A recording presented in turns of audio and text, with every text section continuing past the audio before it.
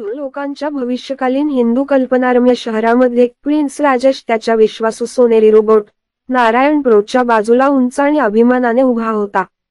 तेजस्वी सूर्यप्रकाश नारायण प्रोच्या धातूच्या शरीरातून चमकत होता. त्याचा चमकदार निळा चेहरा हायलाइट करत होता आणि त्याच्या शक्तिशाली धातूच्या अंगांवर जोर देत होता. कुरकुरीत पांढरे धोतर घातलेला आणि चकचकीत सोन्याच्या दागिन्यांनी सजलेला राजेश क्षितिजाकडे पाहत होता.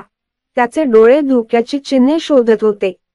अचानक एक मोठा गजर हवेला छेदून गेला, जो दुष्ट असुर शूरवीरांच्या जवळ येण्याचा संकेत देत होता. निर्दयी राक्षसांच्या सैन्याने हिंदू लोकांचा नाश केला होता. राजेशचे डोळे पाणावले आणि तो नारायण प्रोकडे वळला. चला जाऊया, तो ओरडला आणि सोनेरी रोबोट कृतीत आला.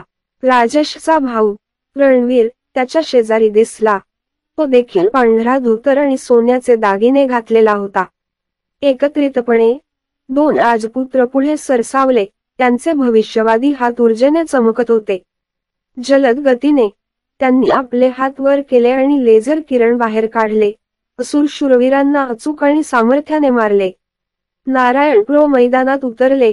त्याचे धातूचे हात आणि पाय सहजतेने राक्षसांना चिरडले. हिंदू लोकांच्या रक्षणासाठी लढा देत असताना त्यांचा निळा चेहरा आतील प्रकाशाने चमकत होता. लढाई सुरू असताना तिन्ही नायक परिपूर्ण समन्वयाने लढले. शेवटी अनंतकाळसारखे वाटल्यानंतर असुर शूरवीरांचा पराभव झाला. त्यांचे गडद साम्राज्य पराभूत झाले.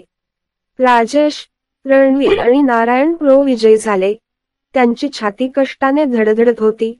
त्यांचे चेहरे विजयाने फुलले होते. हिंदू लोकांच्या शांततापूर्ण शहराकडे पाहत असताना त्यांना माहीत होते की त्यांच्या बंधनाने आणि शौर्याने तो दिवस वाचवला आहे.